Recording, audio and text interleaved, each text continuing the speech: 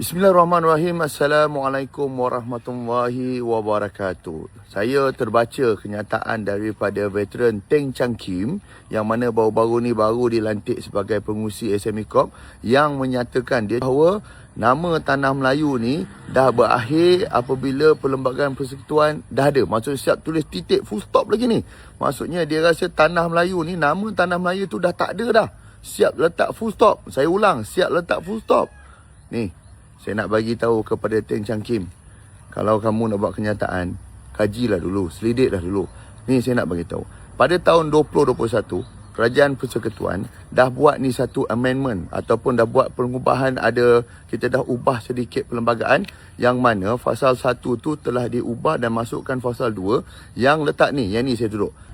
Yang mana Perlembagaan Persekutuan telah dipindah dalam fasal 1 dan bergantikan dengan fasal 2. Iaitu sebelum ni ada fasal 1 saja. Jadi fasal 1 ni dia ganti dengan fasal 2. Yang mana dalam fasal 2 menyatakan bahawa negeri-negeri persekutuan terdiri daripada, pertama, negeri-negeri Tanah Melayu.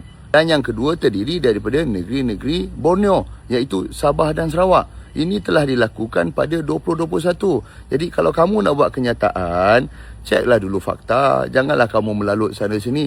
Mentang-mentang baru dilantik sebagai pengurusi JLC, dah konon-kononnya terpaling nak buat kenyataan, tiba-tiba fakta salah pula.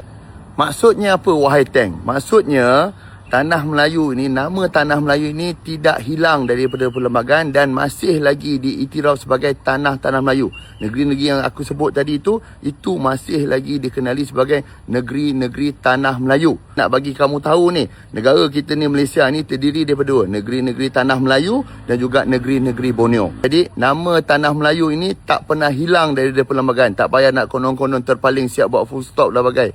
Dan saya nak bagi tahu kamu, apa nak takut sangat? Dahlah sebelum ni kamu takut dengan penyatuan orang Melayu.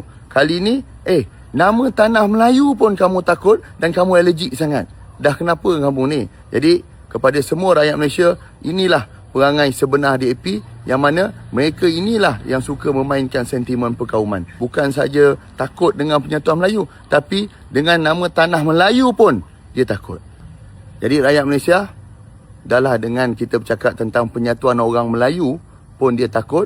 Hari ni nama Tanah Melayu pun cukup-cukup dia takut. Pandai-pandailah kita fikir, inilah perangai sebenar mereka ni. Terima kasih.